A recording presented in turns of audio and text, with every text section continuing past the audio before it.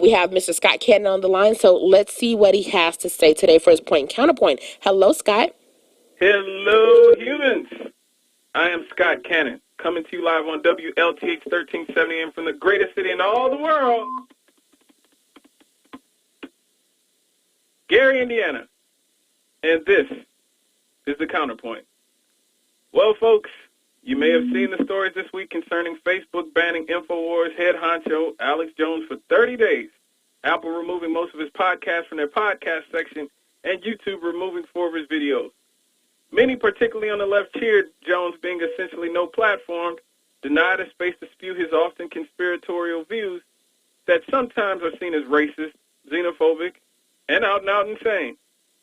Jones has maintained for years that the Sandy Hook shooting where Adam Lanza murdered 26 innocent children in Newtown, Connecticut, was a hoax, and that the children and their families were crisis actors. He's also made the same argument against Parkland High School youth, who have become household names since Nicholas Cruz murdered 17 of their classmates earlier this year. Jones is generally considered in the media to be racist, anti-Semitic, and a charlatan who pushes loony conspiracy theories to gullible bases of rubes. Jones is also one of President Donald Trump's biggest supporters, and POTUS has even shouted out the host a few times, which obviously won't do anything to stem the tide of accusations of his whole shtick being crass, crude, xenophobic, racist, psychobabble. With all that being said, Jones, as ridiculous as it may seem, is one of the largest critics of the globalist agenda that there is. Yes, Jones may peddle in the sewer and be racially provocative at times, but he's also one of the few broadcasters in America who has allowed Minister Louis Farrakhan to have a platform to talk about issues that affect the black community, like abortion, and to criticize the mainstream media's portrayal of black men. Jones also allowed Professor Griff of Public Enemy to talk about how hip-hop music has been compromised by the globalist agenda to perpetuate negative stereotypes about black people to the world. Jones has also allowed other critics of globalists, like political rappers Immortal Technique and legendary conscious rap icon KRS-One, who called Barack Obama the New World Order in blackface, to have a voice on his show, when obviously CNN or MSNBC or Fox News would have never given such controversial and unapologetically pro-black voices that type of platform. Which takes us back to the idea why even banning someone as vile and often cowardly as Alex Jones isn't always such a good idea. Because even though Jones may be wrong about a lot of things, he still provides a platform to criticize institutions of wealth and power that you just don't see in our mainstream media. All of this is being done under the guise of preventing divisive rhetoric. But just who exactly are the ones who get to decide what is and isn't divisive rhetoric? For 8 years, the Republicans accused Barack Obama of being divisive anytime he opened his mouth to give one of his usually tepid comments about race. Now the Democrats are accusing Republicans under Trump of being divisive because his bellicose and politically incorrect language. Martin Luther King was accused of being divisive by both the black and white communities, eventually dying with an over 50% disapproval rating from both races. Muhammad Ali was divisive for criticizing the Vietnam War and refusing to fight, and so on and so on. Since Donald Trump has been elected, there's been an attack on any rhetoric that criticizes the globalist agenda, led often by the same liberal elites who fought for Hollywood and the music industry to make art as violent and sex-filled as they wanted throughout the 80s and 90s, while Republicans were the ones trying to squash their freedom of speech.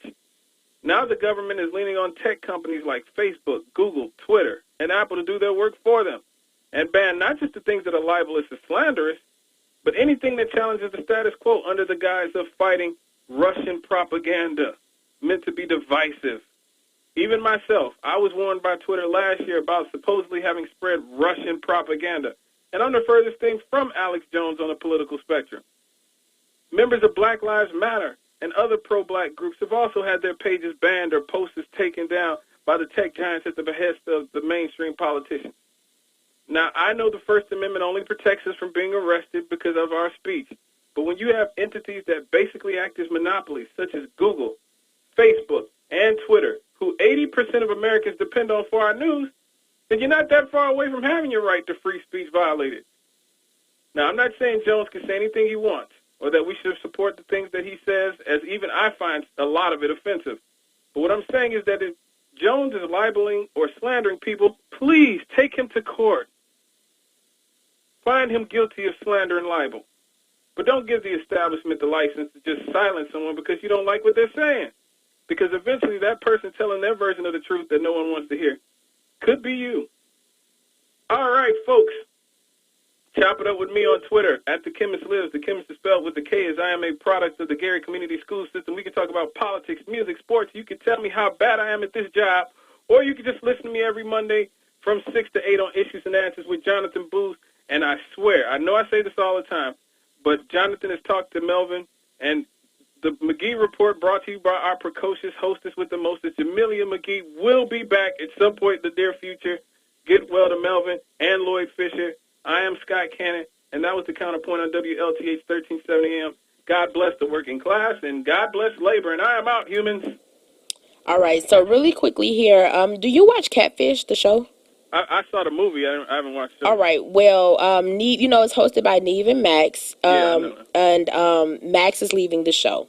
Oh, the other dude. Yeah, he's leaving the show. He co-hosted the show for 7 years, but he's now, he says that it's, of course, it's just time to move on. So his last episode that will air is August 22nd. So make sure that everyone tunes in to check it out. They're not even saying if they have a replacement.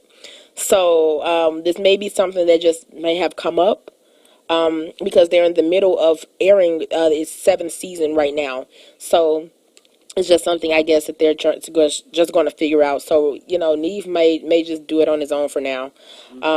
Also, yesterday I talked about Brad Pitt and Angelina Jolie, whose divorce is getting really ugly, right? Yeah, it is. So it's getting bad. And she has, I guess, said that he is a deadbeat dad. And they're saying that she is a master manipulator. And they're saying that he has shelled out more than $9 million over the last 2 years while they were going through their divorce, and he has he's given $8 million to her so that she could buy the home in which she currently lives, and then shelled out more than $1.3 million in child support. Wow. So I guess if she thinks he's a deadbeat, I don't know. I don't know, but yeah, nope. That's what I have for entertainment today. Wow, I know dudes won't even pay $50. Right, 25. Okay, like, girl, if you think that is a deadbeat, then I don't know. I don't know what to tell you. Yeah, I don't know, but that's all I have though. All right. Now. All right. Right now it is about 7.